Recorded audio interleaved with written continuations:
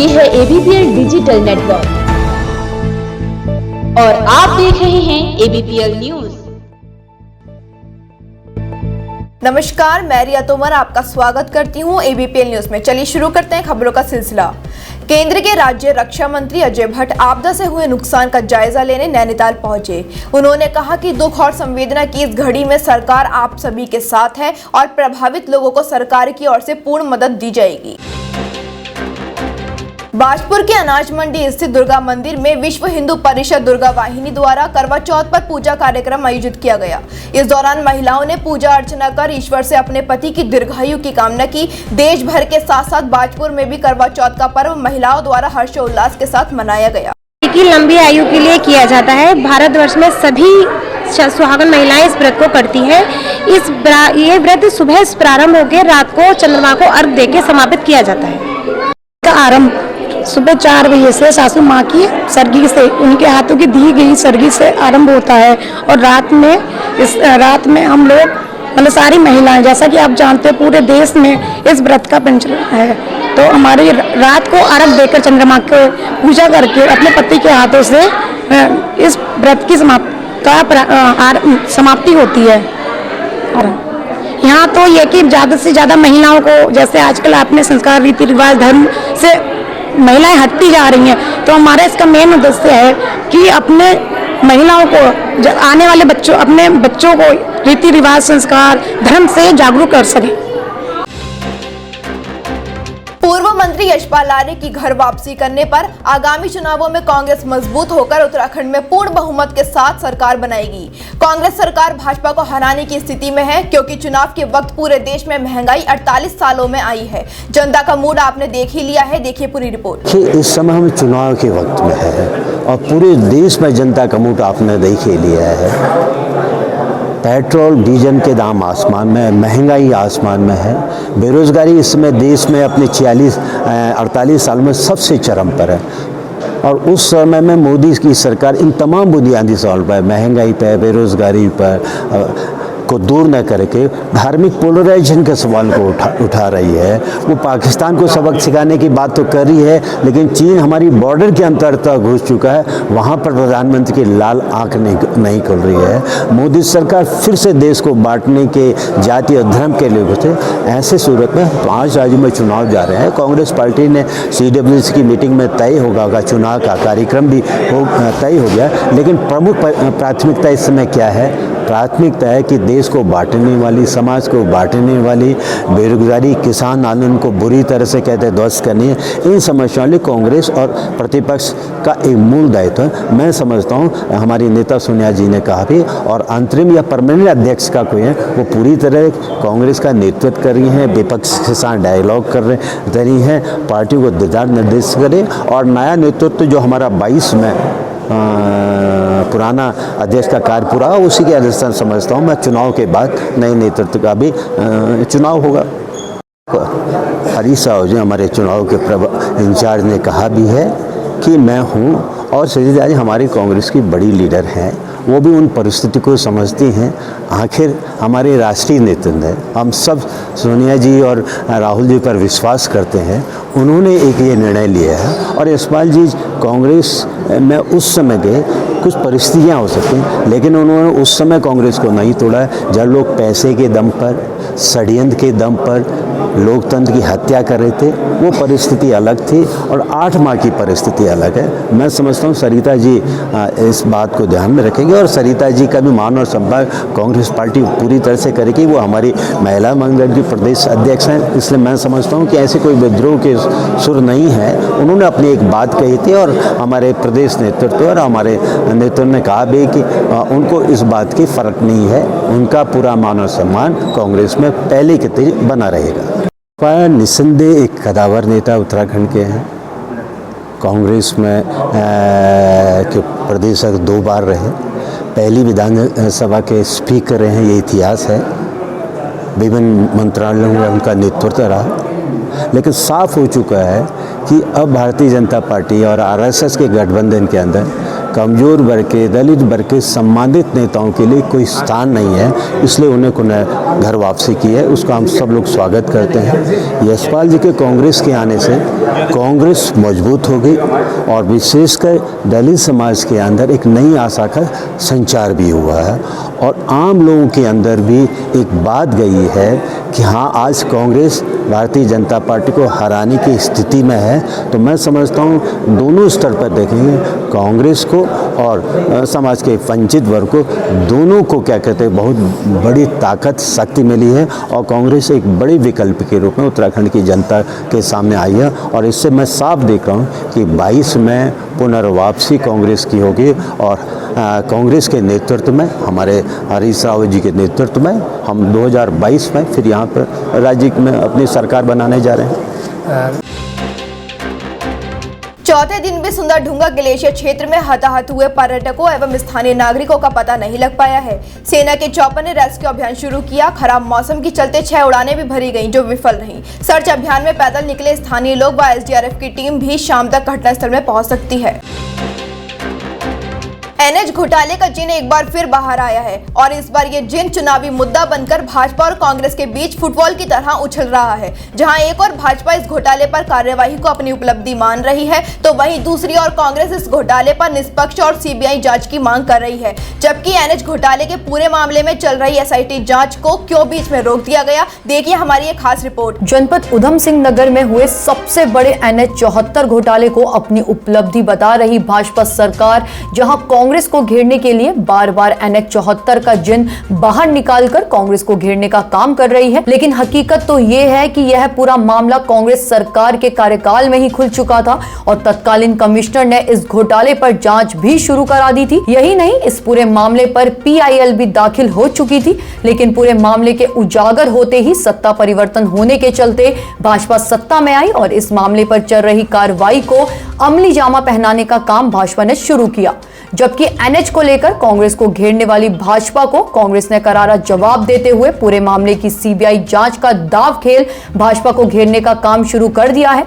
यही नहीं, कांग्रेस का कहना है कि अगर एनएच घोटाला भाजपा की उपलब्धियों में है तो पूरे मामले की सीबीआई कराकर भाजपा की पूरी जांच निष्पक्ष करानी चाहिए, जिससे सभी चेहरे बेनकाब हो सके। तो हमने पहले भी कहा, हम आज भी कह रहे हैं कि मुख्यमंत्री ने घोषणा की थी कि हम सीबीआई को जांच देंगे। हम कह रहे हैं सीबीआई को जांच दे दो, लेकिन ये तो बेशरम सरकार है। हमने लोकायुक्त बना करके गवर्नर हाउस भेजा और चयनित, सर्वसम्मत तरीके से चयनित लोकायुक्त के फाइल को गवर्नर को भेजा और अभी तक उसको मंजूरी नहीं मिली। जबकि 2016 में लोकायुक्त मिल जाता राज्य। सब घोटाले कई चीज़ें रहती है। जब हम लोग कोई इस तरह का प्रकरण आता है उसमें निष्पक्षता से जांच हो, पारदर्शिता से जांच हो। ये किसी भी सरकार की काम करने का शैली है या काम करने का तरीका होता है। उस पर जब हम सरकार में आए, हमने तत्काल जो भी विषय सामने आया उस पर जांच केवल बिठाई नहीं, अपितु उसमें जो सामने आया उन सब के खिलाफ भी कड़ी कार्रवाई हुई। और मैं समझता हूँ इस सरकार ने 5 साल में जनता का जो विश्वास था, जो पूर्ववर्ती सरकार ने खोया था, उसको प्राप्त करने का काम किया। ये घोटाला पूरे डीएम लेवल के जो सचिव स्तर के लोग थे उन पर भी कार्रवाई हुई है, उन पर भी चार्जशीट गई है, उनका भी जवाब तलब हुआ है। जो जितना दोषी उस रूप में था जांच के आधार पर, उसी पर उतनी कार्रवाई की गई थी। आखिर क्यों भाजपा एनएच 74 घोटाले की सीबीआई जांच से बच रही है और क्यों एसआईटी की कार्यवाही बीच में लटकाकर सिर्फ जनता को गुमराह कर रही है? ये ऐसा सवाल है जो एक बार फिर चुनावी सरगर्मियों को तेज कर रहा है। भाजपा और कांग्रेस दोनों के बीच एनएच 74 घोटाले को लेकर छिड़ी जंग चुनावी माहौल को कितना गर्म करती है, ये आने वाले चुनावों में दिखाई देगा। वहीं घोटाले का जिन किसे राजनीतिक लाभ दिला पाता है, ये आने वाला समय ही बताएगा।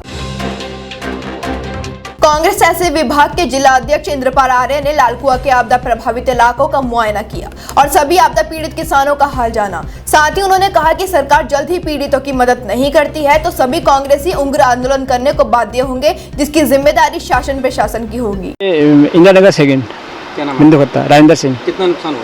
नुकसान तो काफी हुआ है, नुकसान का कोई अनुमान नहीं है, पर यह है कि मैं ये कहना चाहूँगा जो अब की बात जो ठोकर लगे वो मजबूती से लगाए जाए। ठोकर लगते हैं, टेम्पररी लगते हैं, सब गिर जाते हैं, वो मैं यही कहूँगा। इसीलिए नुकसान होता है। हाँ, इसलिए नुकसान होता है। देखो ठोकर गिर गया सब। क्या मांग रहे सर? पैसा आता है ऊपर से, लेकिन ठोकर ढंग से नहीं बन पाते। लापरवाही है बहुत। देखिए, अभी ये सरकार की जो घोषणा हुई, जिस तरीके से आज ये घर से बेघर परिवार हुए हैं, इस दैवीय आपदा में जो लोग अपने घर से बेघर हो गए हैं और जगह जगह कहीं कहीं पर उन्हें आशाना बना रहे हैं, उनके बिल्कुल घर बच्चे रो रहे हैं, तो सरकार ने तुरंत संज्ञान में लेकर के और इनके लिए तुरंत एक सुविधा करनी चाहिए। मैं ये मांग करना चाहते हैं, क्योंकि बिल्कुल जो हमारे यहाँ के जो आज ऐसी स्थिति में हैं कि आज ज़रा बिल्कुल सहारा नहीं है उनके पास, तो सरकार ने तुरंत मदद करनी चाहिए। मैं यही कहना चाहूँगा कि 7 परिवार हैं, 7 एकड़ ज़मीन से लेकर को ज़्यादा इस दैविक स्थिति में, दैविक आपदा में सब बह चुके हैं और घर से बेघर हो गए लोग। मैं ज़्यादा ना कह के इतना ही कहूँगा कि सरकार जल्दी से जल्द संज्ञान में लेकर के इन पीड़ितों को एक एकड़ ज़मीन और उचित मुआवजा दे करके उनका जाके जो जीवन यापन कर सके, एक पुनः मदद करनी चाहिए। मैं यही मांग करूँगा।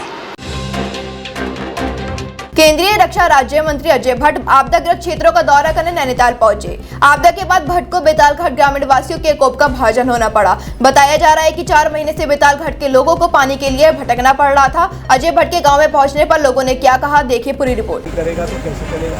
आपका कहना कि ठीक है, आपका आक्रोश भी ठीक है। जनप्रतिनिधि क्यों बनाया जाता है? जिस दिन से यहाँ पर ये आपदा आई है, मैं एक दिन नहीं बैठा हूँ, सुबह से लेकर रात तक। अब प्लीज 4 महीने हो गए पानी नहीं है, यहाँ विधानघाट में रो रहे हैं। आज आपका जिला अधिकारी होगा, SDM होगा, तहसीलदार आपका होगा, भाजपा के कार्यकर्ता आपके होंगे। आज तक अरे विधायक को बताएं, विधायक चला गया भाग के, उसको भी बताएंगे। ये समस्या को आप 4 महीने हो गए बेतालघाट में, 4 महीने से पानी नहीं। का भी आ जाए तो पता चल जाए। चमकानी जी, एक मिनट सुनो, कुछ कह रहे हैं वरिष्ठ आए हैं। हमारे अपनी पीड़ा भी तो है। मैं जो ये कितने बज गया, मैं 4:36 पर खड़ा हूँ और अभी तक खड़ा हूँ। पूछ लिया पब्लिक से, पागल हूँ मैं यहाँ। इस समस्या को किसी ने मैं यहाँ पर खड़ा हूँ, एक एक करके बारी लगाता हूँ। 4:36 से खड़ा हूँ, अभी तक सुबह से पानी नहीं पीता हूँ। पूछ लो पब्लिक से। अरे ये वहाँ बात, आप कह 4 महीने हो गए, 1 दिन है 2 दिन नेतागिरी तो मुझे भी आती है। ऐसा थोड़ी है मैं भी मंच में बैठ सकता हूँ, मैं भी भाषण दे सकता हूँ। आप कह रहे हो वरिष्ठ की सुन लो। आज तक कहाँ थे? बताओ 4 महीने से? भारतीय जनता पार्टी जिंदाबाद, फलाना पार्टी जिंदाबाद। मैं भारतीय जनता पार्टी का वरिष्ठ सबसे वरिष्ठ हूँ। हमारी पीड़ा दिखे किसी ने? मंच में बैठना मैं भी जानता हूँ, मैं भी अध्यक्ष उपाध्यक्ष मैं भी बनना चाहता हूँ। सर वो बात अलग है। यहाँ की 40,000 पब्लिक है, कहाँ जाएगी? हम रोड के लिए नहीं कर रहे, विकास के लिए नहीं कर रहे, किसी के पानी के लिए। आप कह रहे ना कि वरिष्ठ है करके। 4 महीने हो गए साहब, 4 महीने से कहाँ थे? उनका इसमें फोन में कह रहे हैं, यही साहब मेरा कमीशन सेट करके मेरे को दे दो। सब वो वायरल हो रहा है। पागल है मैं, जो भी है इनका यहाँ जाता है, वहाँ जाता है, ये जाता है, वो जाता है। सर पीड़ा है बिलालघाट की, हर व्यक्ति की पीड़ा। मैं अपने लिए नहीं कह रहा हूँ। अगर आप देखिए कभी दिन पे आऊंगा सर, यहाँ करवा चौथ नहीं होता। आप यहाँ देखते हैं, यहाँ पर 300 लोग रहते हैं। यहाँ करवा चौथ का व्रत है, 300 महिलाएं रहती हैं और मैं यहाँ खड़ा रहता हूँ। अब इसमें गुस्सा तो आई, गुस्सा मैं नहीं कर, सर मैं तो इसे नहीं कर रहा हूँ। मैं बोल लेता हूँ, मैं सर से कोई गाली नहीं दे रहा हूँ। सर को कोई नुकसान नहीं है, मैं सर को गाली नहीं दे रहा हूँ। ठीक है। नैनीताल से आ रही है बड़ी खबर। सरोवर नगरी नैनीताल की झील में एक 42 वर्षीय युवक का शव मिला। पुलिस ने शव को कब्जे में ले लिया है। पुलिस प्रशासन जांच में जुट गया है। बताया जा रहा है कि झील में आत्महत्या करने का अभी भी खुलासा नहीं हुआ है। एक सूचना प्राप्त हुई थी कि झील में एक शव तैर रहा है, तो उसको हमने बाहर निकाला है। अपने जो हमारी जल पुलिस के जवान हैं, उन्होंने इसको बाहर निकाला है और अब हम इसकी शिनाख्त का प्रयास कर रहे हैं। वैसे कुछ लोग कह रहे हैं कि ये यहीं का निवासी है और दारू पी करके घूमता रहता था। अब इसके परिजनों को सूचना की जा रही है। कोई गुमशुदगी दर्ज की गई थी? कि एक सूचना प्राप्त हुई थी कि एक व्यक्ति मिसिंग है यहाँ लंगम का, तो उनके परिजनों को भी सूचना की जा रही है। Thank you. पुलिस और प्रशासन ने संयुक्त रूप से नगर के बीचों बीच भुल्लर कॉलोनी में आतिशबाजी के गोदाम में छापा मारा, जहां भारी मात्रा में पटाखे बरामद हुए, जिसके बाद गोदाम को सील कर दिया गया, जिससे अवैध रूप से पटाखे बेचने वालों में हड़कंप मच गया। शिकायत आएगी, यहाँ पे डेली ड्रामा होता है और ये सब एक में पटाखे बरामद हुए हैं। दूसरे वगैरह अगर खुलेगी तो उसमें शराब बरामद होगी। वो तो है ही नहीं, एसपी महोदय कुछ रहती थी इधर की। यहाँ पे जो है पटाखों का गोदाम है और उसी क्रम में हम लोग यहाँ पर आए थे। हमने पुलिस विभाग के सहयोग से दुकान खुलवाई गई तो उसमें पटाखे पाए गए। तो जिनके संबंध में जो है दुकान मालिक कोई कागजात उनके द्वारा तो उपलब्ध प्रस्तुत नहीं किए गए, जहाँ जो उनकी सामग्री को दुकान के जो धन स्वामी जो है उनकी सूचना में दे दिया गया है। उनके द्वारा कागजात प्रस्तुत करने के उपरांत उधम सिंह नगर के नानकमत्ता में सैकड़ों कांग्रेस कार्यकर्ताओं ने आम आदमी पार्टी का दामन थाम लिया है। वहीं आप में शामिल होने वाले कार्यकर्ताओं ने कहा कि आप पार्टी महंगाई, बेरोजगारी, भ्रष्टाचार और महिला अत्याचार जैसे मुद्दों के खिलाफ जंग लड़ रही है। हम भी कंधे से कंधा मिलाकर आप पार्टी को मजबूत करने का काम करेंगे। जिस पार्टी में मेरे समर्थकों का सम्मान ना हो, निरादर हो, उस पार्टी में नहीं सकता। और आज मैं उस पार्टी में एंट्री कर रहा हूँ जिसके विचार मेरे से मिलते जुलते हैं। जी हाँ, हमें पूरा विश्वास है आम आदमी पार्टी। बेरोजगार युवाओं के लिए क्या कहना चाहेंगे? देखिए, बेरोजगार युवाओं के लिए तो केजरीवाल जी ने कह दिया है ना कि 5,000 रुपये महीना बेरोजगारी भत्ता तब तक मिलेगा जब तक उनको सरकारी नौकरी नहीं मिल जाती। रुझान बहुत ज़्यादा है हमारी तरफ।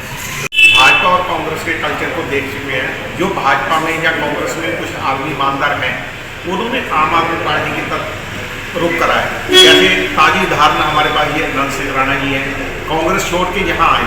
इनको पता है ये ईमानदारी छवि वाले आदमी है, ईमानदार से काम करने वाले आदमी है, ईमानदारी इन्होंने पार्टी ढूंढी। ये क्यों नहीं कांग्रेस छोड़ के भाजपा में चले गए या वहाँ चले गए? इन्होंने ये अच्छी पार्टी चुनने से ये साबित होता है जो ईमानदार आदमी वो ईमानदार पार्टी को ही चुनती है और ईमानदार पार्टी के बीच में आगे ईमानदारी से काम करना चाहते हैं। ये मेरे को पूरी उम्मीद है कि कल को कुछ जिम्मेदारी मिलती है तो अपनी विधानसभा में जिम्मेदारी से काम करें। जिला उधम सिंह नगर के जसपुर में रोजगार मेले का आयोजन किया गया, जिसमें प्रदेश के मुख्यमंत्री द्वारा रोजगार मेले का उद्घाटन किया जाना था, लेकिन किसी वजह से मुख्यमंत्री नहीं पहुंच पाए, जबकि मुख्यमंत्री के लिए हेलीपैड की तैयारी भी पूरी कराई गई थी। वहीं प्रदेश के कैबिनेट मंत्री स्वामी यतीश्वरानंद रोजगार मेले में पहुंचे और रोजगार मेले में पुलिस प्रशासन भी पूरी तरह मुस्तैद रहा। ये हमारा यहाँ पे हेलीपैड पे विरोध हुआ है, न्यूज वाले आ रहे हैं, कोई भी जाने का कष्ट ना करें। बीजेपी का कोई भी मंत्री आए और सीएम साहब आए जो आज तक किसानों के लिए बोले ही नहीं है, 10 महीने से ज्यादा हो चुके हैं। हालांकि बीजेपी सरकार उत्तराखंड वाली बिल्कुल भी किसानों के लिए फेवर में नहीं आई है। और धामी जी तो अभी मुख्यमंत्री बने हैं, इन्होंने भी किसानों का कुछ नहीं सुना है। जैसे पहले 2 मुख्यमंत्री थे वैसे ही इन्होंने अपना लिखा है। और उन्हीं के विरोध में हमने हेलीपैड पर रात से हमारे किसानों ने कब्जा कर रखा है। और काशीपुर में भी पहले इन्हें चेतावनी दे दी गई थी, वहाँ पे भी धामी जी ने अपना प्रोग्राम कैंसिल कर दिया था। और यहाँ पे भी इन्होंने अपना कल का देख के, किसानों का विरोध देख के और ट्रैक्टर देख के उन्होंने मीडिया में भी आया रात, तो उन्होंने अपना कैंसिल कर दिया। ये रोजगार मेले का विरोध नहीं करेंगे हम। अगर दोबारा कोई बीजेपी प्रोग्राम रखेंगे तो उनका भी डट के विरोध किया जाएगा। बेरोजगार मेले का आयोजन जसपुर के इंटर कॉलेज में किया गया और भारी संख्या में हमारे नौजवान युवा बहनें यहाँ पर आई हुई हैं और काफ़ी बड़ी संख्या में हमारी बड़ी बड़ी कंपनियाँ यहाँ पर आई हैं। हमारे नौजवान इस समय रजिस्ट्रेशन करवा रहे हैं और मुझे पूरा विश्वास है कि ज़्यादा से ज़्यादा रोजगार इस मेले के माध्यम से युवाओं को मिलेगा। और मैं इस कार्यक्रम के आयोजकों को बधाई देता हूँ, शुभकामनाएँ देता हूँ। उन्होंने इस सरकार की जो योजना है रोजगार मेले की, बहुत ही अच्छी और सुंदर व्यवस्था यहाँ पर की है। लगभग कितनी कंपनियाँ? लगभग 27-28 कंपनियाँ इस समय तक आ चुकी हैं, क्योंकि शाम के 5 बजे तक इस मेला का ये चलना है, बेरोजगार मेला। संभवतः कुछ कंपनियाँ भी और आ रही हैं, रास्ते में कुछ समय पहुँचेंगे, जैसा कि मुझे सूचना मिली है। नैनीताल में सांसद केंद्रीय रक्षा राज्य मंत्री अजय भट्ट ने आज आपदाग्रस्त क्षेत्रों का दौरा किया, जिस दौरान आपदा पीड़ितों ने अजय भट्ट को अपनी आप बीती सुनाई और साथ ही अपनी नाराजगी भी व्यक्त की। क्योंकि ये तो हमेशा की समस्या है, यहाँ पर कभी भी ये कुछ भी दुर्घटना हो सकती है। हम सभी चिंतित हैं, लोगों का आक्रोशित होना भी लाजमी है, उसको हम बुरा भी नहीं मानते हैं। पर इस समय हमारी सरकार पूरा इसका सॉल्यूशन चाहती है।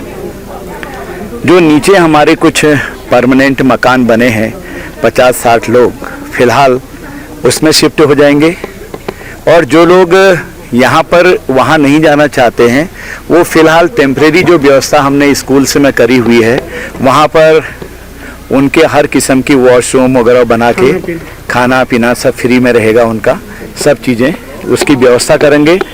और एक जगह पर हम परमानेंट देने की योजना बना रहे हैं कि वो पहले से भी चला हुआ है, रूसी बाईपास कहते हैं शायद उसे, तो वहाँ पर बड़ा अच्छा फील्ड भी है, वहाँ पर भी हम देख रहे हैं, क्योंकि सॉल्यूशन तो निकालना ही होगा। मुझे भी कोई विरोध नहीं झेलना पड़ा, अपने बच्चे हैं कहते रहते हैं, मैं तो रोज ही बीच में रहता हूँ। भाई जब कष्ट में है सारे लोग हैं, मुझसे नहीं कहेंगे तो किससे कहेंगे।